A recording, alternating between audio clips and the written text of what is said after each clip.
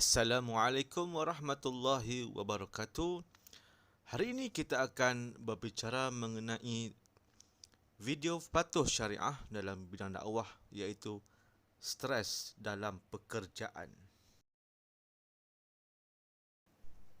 Dugaan datang dalam pelbagai cara, tidak kira tempat dan masa. Ini termasuklah di tempat yang sering menyebabkan kita berhadapan situasi yang boleh memberikan impak negatif kepada emosi, mental dan fizikal jika tidak berupaya mengatasi dugaan tersebut.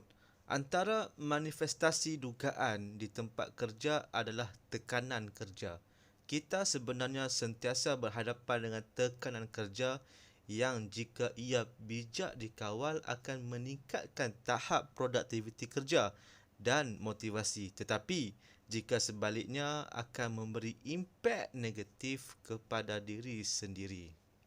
Oleh itu, tekanan ini akan datang dalam pelbagai bentuk dan bagaimana kita mengatasinya.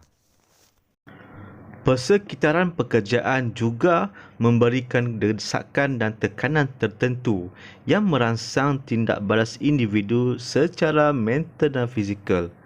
Tugas yang terlalu banyak, tidak ada susunan jadual, hubungan dengan rakan sekerja yang tidak baik, ketua yang tidak sudi mendengar masalah dan suasana kerja yang tidak selesa adalah contoh persekitaran kerja yang memberi tekanan negatif. Dan tekanan ini seterusnya memberi impak terhadap kesihatan psikologi dan fisiologi seseorang individu sekiranya ia tidak ditadbir dan dikawal dengan kaedah yang tepat. Oleh itu, di dalam persekitaran kita, kita harus memberikan aura positif supaya dalam pekerjaan kita boleh dijalankan dengan baik dan hubungan sesama kita akan lebih bagus. Sebagai seorang Muslim, kita perlu sedar bahawa kaedah terbaik menangani tekanan kerja sebegini adalah dengan berpegang erat kepada ajaran dan syariat Islam. Islam telah menggalakkan seseorang yang menghadapi tekanan dan kesusahan perlulah bersabar, tenang, sentiasa rasional dan yakin dengan ketentuan Tuhan.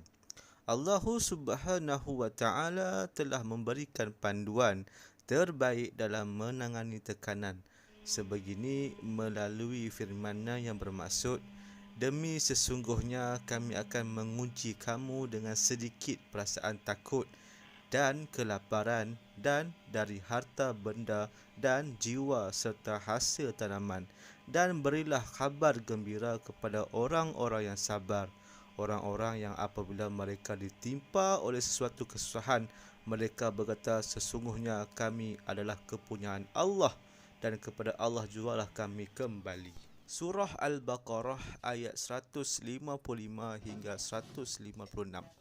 Kita harus menerima hakikat bahawa kehidupan manusia akan selalu diuji. Kita perlu meletakkan keyakinan yang tinggi kepada Allah Subhanahu wa Ta'ala seperti tekanan kerja sebegini adalah bertujuan untuk memantapkan nilai keimanan, ketakwaan dan kesyukuran kepada Allah Subhanahu wa Ta'ala. Apabila kita yakin dengan izin Allah, segala masalah yang membelungi kita akan dirungkaikan dan akhirnya kita berjaya menghadapi tekanan dengan tenang dan berjaya.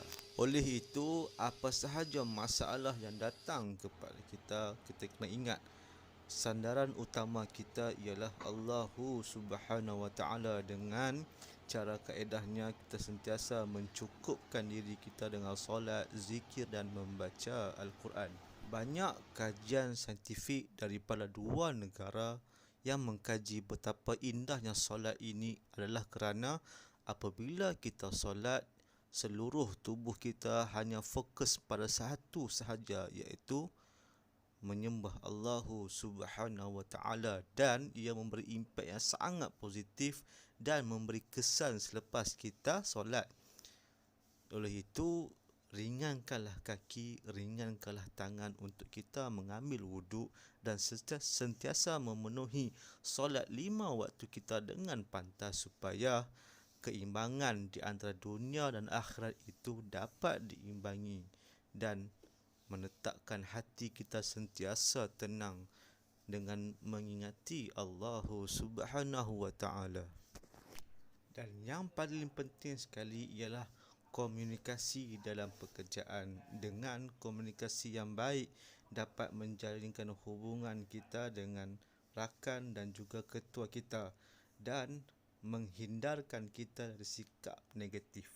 Kesimpulannya, untuk mengelakkan diri daripada dibelenggungi dengan stres, kita harus membina jiwa kita dengan Allah, membina jiwa kita dengan rakan-rakan kita dengan baik, dan yang paling penting sekali, berfikiran positif dan jangan sesekali berfikiran negatif. Dan apabila kita berfikiran negatif, bermakna kita telah membina satu benteng untuk menghalangi kita daripada maju. Ingat, walaupun kita berada di mana sekalipun, berfikiran positif pasti anda akan berjaya. Sampai kita berjumpa lagi. Assalamualaikum warahmatullahi wabarakatuh.